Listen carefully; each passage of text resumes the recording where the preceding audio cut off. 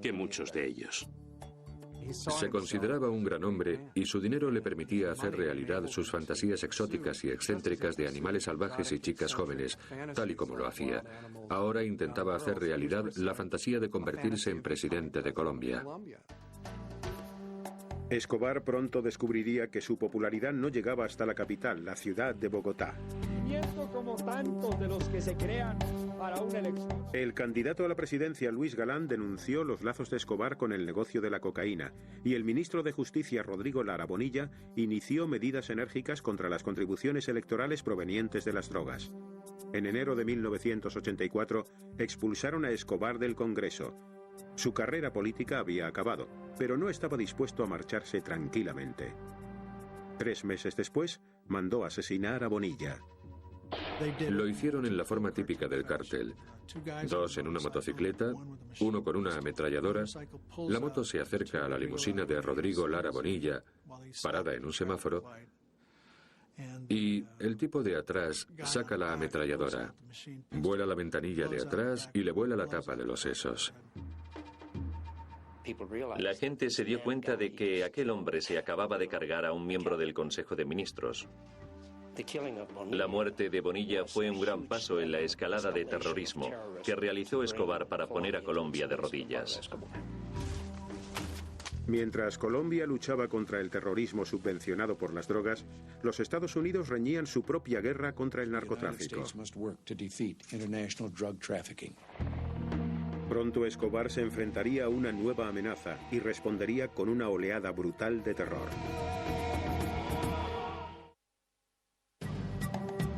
A mediados de la década de los 80, el imperio de la cocaína de Pablo Escobar tenía sida por la garganta a la nación colombiana. 3.700 kilómetros al norte, el presidente de los Estados Unidos había declarado una guerra a las drogas, que había convertido en una pieza clave de su administración.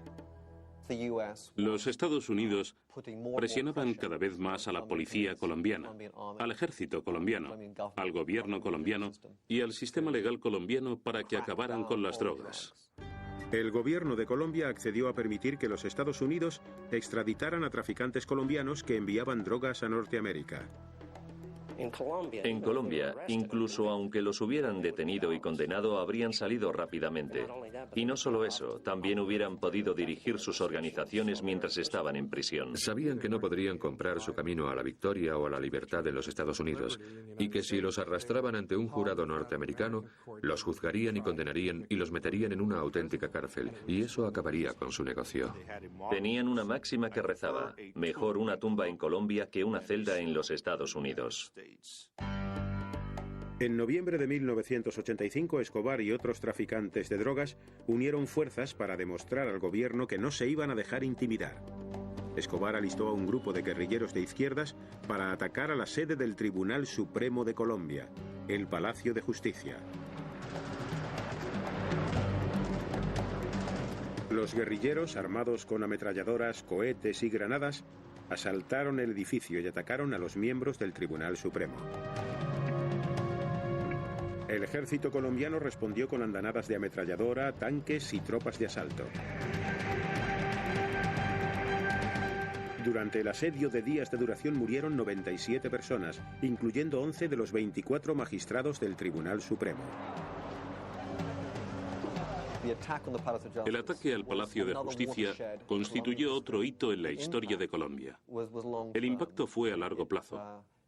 Aterrorizó al Poder Judicial. Eliminó del corazón de la judicatura a toda una serie de magistrados que eran hombres buenos, valientes y morales. Los guerrilleros también destruyeron los documentos de extradición. Vendieron al pueblo de Colombia la idea de que el terrorismo estaba causado por la extradición.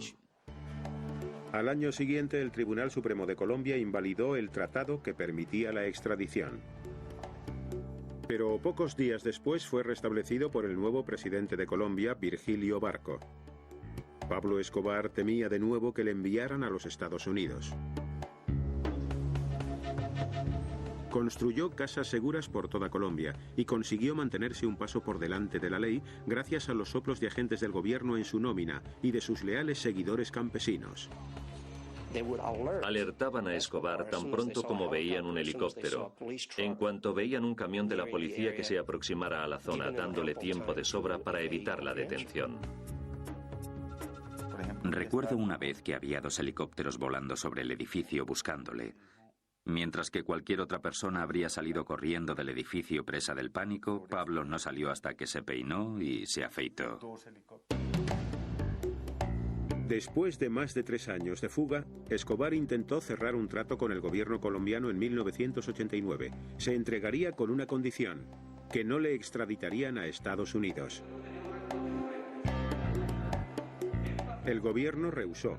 Pablo no estaba dispuesto a aceptar aquella respuesta. El 18 de agosto, el candidato favorito a la presidencia, Luis Galán, iba a hablar en un mitin político de la campaña electoral. Luis Carlos Galán era probablemente lo que yo llamo el Kennedy colombiano. El pueblo le quería. Estaba en contra de las drogas, a favor de la extradición. Y eso es lo que tenía permanentemente preocupado a Escobar, la extradición. Justo cuando Galán iba a dirigirse a la multitud, le mató uno de los pistoleros de Escobar.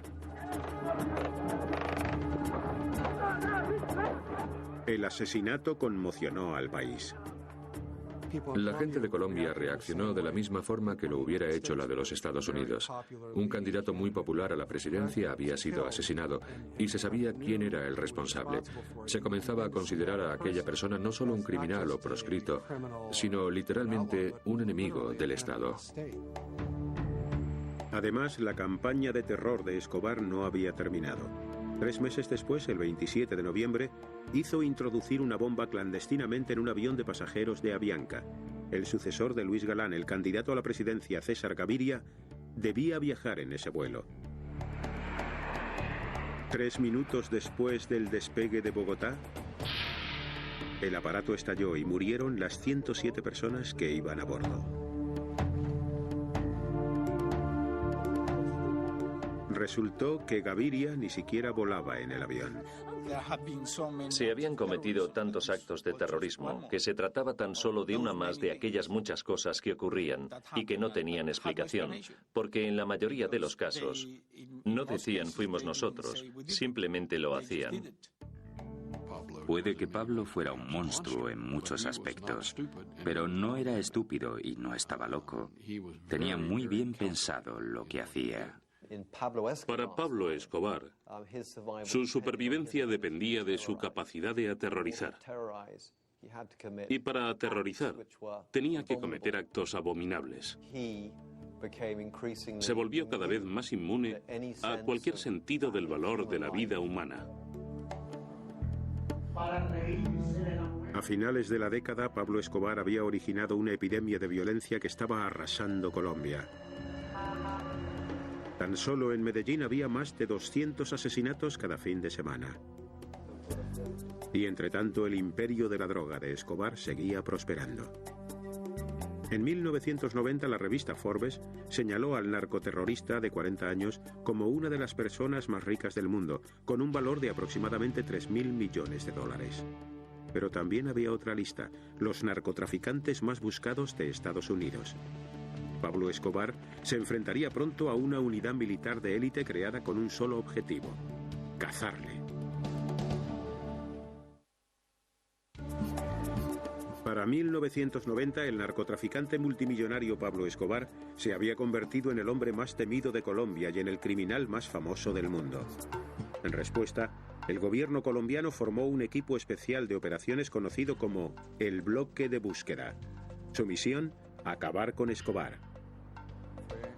Lo organizó el gobierno colombiano, tomando los mejores policías de los grupos de élite, también del ejército, de los servicios secretos e investigadores de la oficina del fiscal.